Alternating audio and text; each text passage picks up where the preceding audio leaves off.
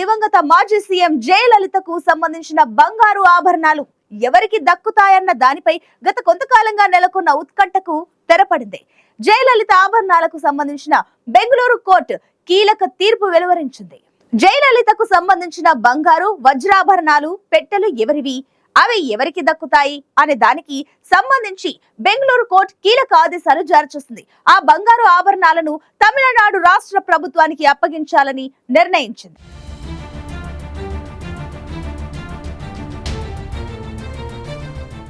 తమిళనాడు దివంగత మాజీ ముఖ్యమంత్రి జయలలితకు సంబంధించిన వ్యవహారంలో కర్ణాటకలోని బెంగళూరు కోర్టు కీలక తీర్పు వెల్లడించింది. జయలలితకు చెందిన 27 కిలోల బంగారు వజ్రాభరణాలను ఏడాది మార్చి 6, 7 తేదీల్లో ఆ రాష్ట్ర హోంశాఖ కార్యదర్శికి అందజేస్తున్నట్లు బెంగళూరు 36వ సిటీ సివిల్ కోర్టు ప్రకటించింది. కాగా ఈ 2 రోజులు నగలను తీసుకెళ్లేందుకు 6 ట్రంకు పెట్టెలతో రావాలంటూ తమిళనాడు ప్రభుత్వాన్ని ప్రత్యేక కోర్టు ఆదేశించింది. జయలలితకు చెందిన మొత్తం 27 కేజీల బంగారం వజ్రాభరణాలతో పాటు 700 కేజీలకు పైగా వెండిని ప్రభుత్వానికి అప్పగించనున్నట్లు ప్రకటించింది. జయలలితకు చెందిన బంగారు ఆభరణాలు తీసుకోవడానికి ఒక అధికారిని నియమించామని కోర్టు వెల్లడించింది. తమిళనాడు హోంశాఖ ప్రిన్సిపల్ సెక్రటరీ ఐజీపీ ఆ అధికారితో సమన్వయం చేసుకుని ఆభరణాలను తీసుకెళ్లాలని సూచించింది. ఫోటోగ్రాఫర్స్, వీడియోగ్రాఫర్స్ 6 పెద్ద ట్రంకు పెట్టెలు భద్రతా సిబ్బందితో వచ్చి బంగారు ఆభరణాలను తీసుకురావాలని ఆదేశించింది కోర్టు. ఈ కేసు విచారణ కోసం కర్ణాటక ప్రభుత్వం 5 కోట్లు ఖర్చు చేయడం విశేషం. ఇందుకు సంబంధించి తమిళనాడు ప్రభుత్వం 5 కోట్ల డీడీని కర్ణాటక సర్కారుకు ఇదివరకే అందించింది. అయితే ఆ మొత్తం ఇంకా కర్ణాటక ఖజానాలో జమ కాలేదని తెలుస్తోంది. అవినీతి కేసులో జయలలిత దోషిగా తేలి 4 ఏళ్ల జైలు శిక్ష పడిన దాదాపు 10 ఏళ్ల తర్వాత, అలాగే ఆమె మరణించిన 7 ఏళ్ల తర్వాత బెంగళూరు కోర్టు ఇలాంటి తీర్పు ఇచ్చింది.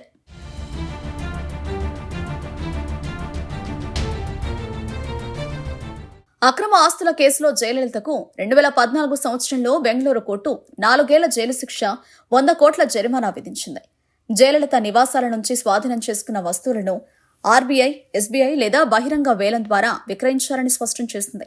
అయితే ఇంతలోనే జయలలిత మరణించారు. ఈ క్రమంలోనే దీనిపై మరోసారి విచారణ జరిపిన ప్రత్యేక కోర్టు ఆభరణాలను తమిళనాడు ప్రభుత్వానికి బదిలీ చేయాలని ఆదేశించింది.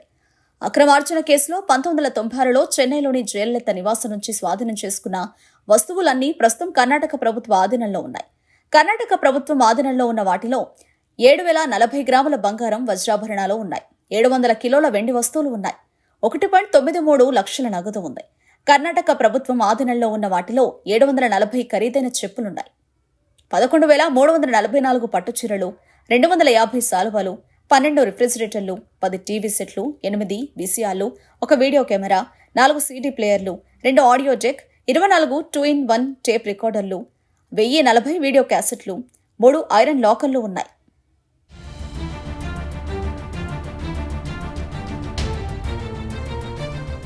జయలలితకు చెందిన చర స్థిరాస్తుల వేలానికి సంబంధించి ప్రత్యేక కోర్టులో ప్రస్తుతం విచారణ జరుగుతోంది. ఈ ఆభరణాలను వేలం వేసిన తర్వాత కోర్టు ఆమె స్థిరాస్తిని వేలానికి తీసుకువస్తుంది. 20 కిలోల ఆభరణాలను విక్రయించడం లేదా వేలం వేయడం ద్వారా జరిమానాను తిరిగి వసూలు చేయనున్నారు. అయితే 7 కిలోల ఆభరణాలు ఆమె తల్లి నుంచి వారసత్వంగా పరిగణిస్తున్నందున వాటికి మినహాయింపు ఉంటుంది. జయలలిత ఖాతా ఉన్న కాన్ఫిన్ హోమ్స్ లిమిటెడ్ బెంగళూరులోని ప్రత్యేక కోర్టుకు సుమారు 60 లక్షలను అందజేసింది. ప్రత్యేక న్యాయమూర్తి మోహన్ తన మునుపటి ఆదేశాల మేరకు ఫిబ్రవరి 16న తమిళనాడు ప్రభుత్వం జీవోను జారీ చేసిందని, అందులో రాష్ట్ర హోంశాఖ కార్యదర్శి, directorate of vigilance and anti corruption police అధికారి క్లుప్తంగా ఉత్తర్వులు జారీ చేశారు. బెంగళూరు కోర్టుకు వచ్చి బంగారు వజ్రాభరణాలను స్వీకరించడానికి ఇన్స్పెక్టర్ జనరల్కు అధికారం ఇచ్చింది.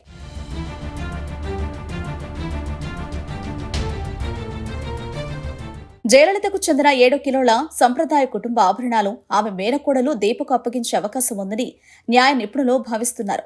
దివంగత ముఖ్యమంత్రి జయలలితపై 1996లో అవినీతి నిరోధక శాఖ ఆదాయానికి మించిన ఆస్తుల కేసు నమోదు చేసింది. పోయస్ గార్డెన్లోని వేద నిలయంలో చేసిన సోదాల్లో మొత్తం 468 రకాల 27 కిలోల బంగారు వజ్రపు నగలు, 700 కిలోల వెండి వస్తువులు స్వాధీనం చేసుకున్నారు. జయలలిత ఆస్తుల కేసు విచారణ కర్ణాటక న్యాయస్థానంలో జరగడంతో స్వాధీనం చేసుకున్న నగలు కర్ణాటక ట్రెజరీలో భద్రపరిచారు. అక్రమాస్తుల కేసులో 2014లో ప్రత్యేక న్యాయమూర్తి జాన్ మైకెల్ డిగన్హా తీర్పునిచ్చారు. జయలలిత, శశికళ, ఇళవరసి, సుధాకర్ నేరస్తులని తీర్పు ఇచ్చి వారందరికీ 4 ఏళ్ల జైలు శిక్ష విధించారు. జయలలితకు 100 కోట్ల జరిమానా, మిగతా ముగ్గురికి తలా 10 కోట్ల జరిమానా విధించారు. ఇందుకు వ్యతిరేకంగా వారు కర్ణాటక హైకోర్టులో అప్పీలు చేశారు. అందులో అందరూ విడుదలవ్వడంతో కేసు సుప్రీంకోర్టుకు వెళ్లింది. 2017 ఫిబ్రవరి 14న సుప్రీంకోర్టు న్యాయమూర్తి జస్టిస్ జాన్ మెకెల్ జిగువా తీర్పును సమర్థించింది. ఆలోపు జయలలిత మృతి చెందారు. దీంతో జయలలితపై వచ్చిన అభియోగాలు రద్దవుతాయని కోర్టు తెలిపింది. మిగిలిన ముగ్గురు జైలు శిక్ష, జరిమానా చెల్లించాల్సిన పరిస్థితి ఏర్పడింది.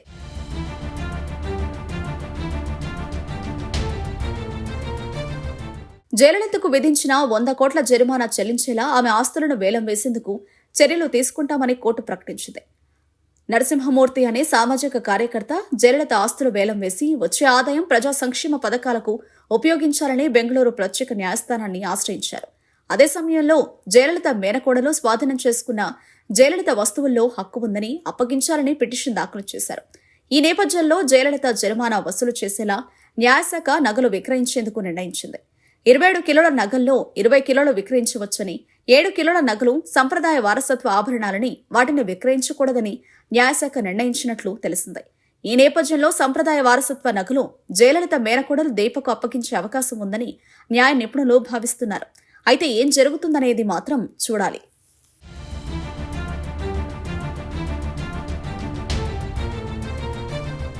అవినీతి కేసులో జయలలిత దోషిగా తేలి 4 ఏళ్ల జైలు శిక్ష పడిన దాదాపు 10 ఏళ్ల తర్వాత, అలాగే ఆమె మరణించిన 7 ఏళ్ల తర్వాత బెంగళూరు కోర్టు ఆభరణాలను తమిళనాడు ప్రభుత్వానికి అప్పగించాలని నిర్ణయించడంతో ఈ అంశం కాస్త చర్చనీయాంశంగా మారింది. ఇది వాళ్ళ ఐ ఫోకస్. సమకాలీన వార్తలపై సమగ్ర విశ్లేషణతో మరో బులెటిన్లో కలుద్దాం. Until then keep watching I news. మీతోనే మీ వెంటే.